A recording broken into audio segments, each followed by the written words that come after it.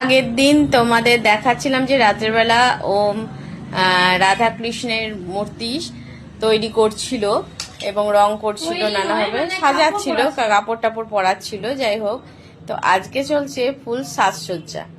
তো দেখো চুল লাগানো হয়ে গেছে, সাজাচ্ছে। এবার তোমরা একটু একটু বুঝতে পারছো কোথাকার ঠাকুর। হ্যাঁ, এটা ইসকন স্টাইলের ঠাকুর, কিন্তু এটা মায়াপুরের নয়। আমাদের বীরভূমে বীরচন্দ্রপুরে একটি ইসকন মন্দির আছে, ওইখানকার প্রতিমারই অনুকরণে এই মূর্তিটা তৈরি করা। দেখি চলো আমরা কেমন করেছে ওম, সাজানো কেমন হয়েছে। দেখো অসাধারণ অসাধারণ, জাস্ট কি বলবো, আর কিছু বলার নেই। কি সুন্দর লাগছে দেখো, অসাধারণ সুন্দর। তবে আরো কাজ বাকি আছে, যেমন এর পিছনে একটা ব্যাকড্রপ থাকবে, যেটা পুরো ওই সিংহাসনটার পুরো ছবিটা আমি আঁকবো পরে। আবার নিচে যেসব ময়ূরের পালকও তো লাগাতে হবে একটা। সরগোস্বামী বা শ্রী প্রভুপাদের যারা গুরুদেব ছিলেন তাদের ছবিও কিন্তু থাকবে, মানে স্মল মডেলে কিন্তু থাকবে।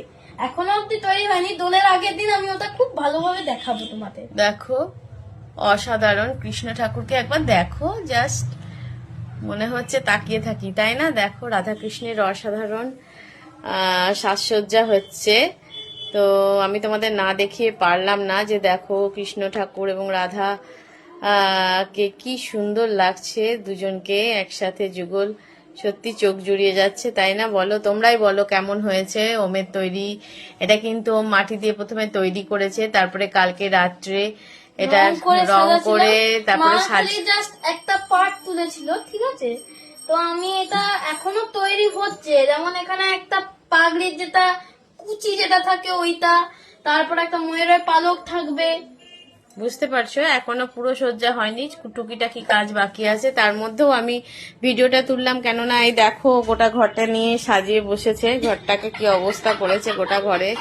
তো তাহলে কি হবে, এই যে দেখো কি সুন্দর লাগছে। আমি সত্যি না দেখিয়ে পারলাম না, চট করে তাই ভিডিওটা তুলে নিলাম।